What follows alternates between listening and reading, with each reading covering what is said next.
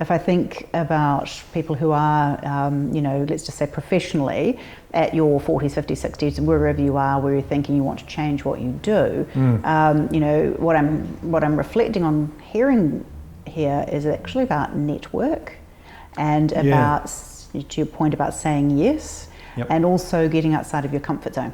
So if you haven't worked in governance before, there's a lot that you're taking on to become a director of anything, tertiary education, public company, whatever it is. There's a lot of accountability, responsibility, legal onus.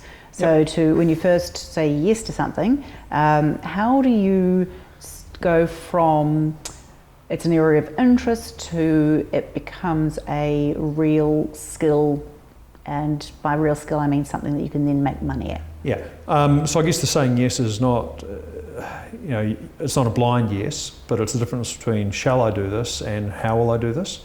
So if an opportunity comes up, it's how will I do it. Right. Talk me about that. It's rather than going, oh, shall I do this or shall I not? It's an opportunity. Great, I should take this. How will I go about doing this? What are the skills needed? What are the risks and constraints, and how will I mitigate those? That's real director talk, isn't it? It is very good. Risk mitigation. Yes. And then and keeping moving forward. And you talked about making money about this, and it goes right back to the interview I had for that first board appointment. They said at one point, do you want to ask about what the pay is? And my response was, it's kind of hard to see where you're going when your nose is in the feedback. So the money has to be a consequence rather than an objective. I mean, and the board I'm on now is a charity board. There's no money at all. I think we get really nice dumplings at the board meetings from across the road in Queen Street, and I look forward to those every month. Oh, that's great. It's really interesting. You can see the training from your Air Force days. You're actually applying that to everything that you do.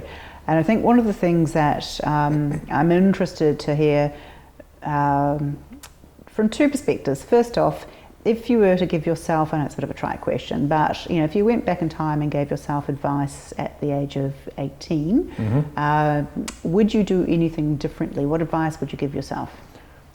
Maybe at 17 before I joined the Air Force. Okay. I would still advise myself to do that because, it's funny, 11 years for most 18-year-olds or 17-year-olds probably seems like a hell of a long time.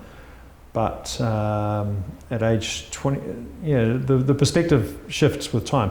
At age 28, I thought I was pretty grown up and pretty old. But looking back, I went, well, that's pretty young, you can do anything. So at age 52, I'll probably look back when I'm 62 and go, wow, he had so much ahead of him, he could have done anything. So the advice pretty much is always, no matter what stage of life you're at, there's so much ahead of you. You're at a point, and from that point, the pathways can go anywhere from there, no matter how far ahead you are in life. That was kind of laboured, but no. I think I got to a point. No, it's a good point, because if you think about that... it's not a line. It's a line retrospectively. Yep. It's a line, but anywhere in that line, you can diverge in any direction. It's the line. The line does not project. The line is behind you.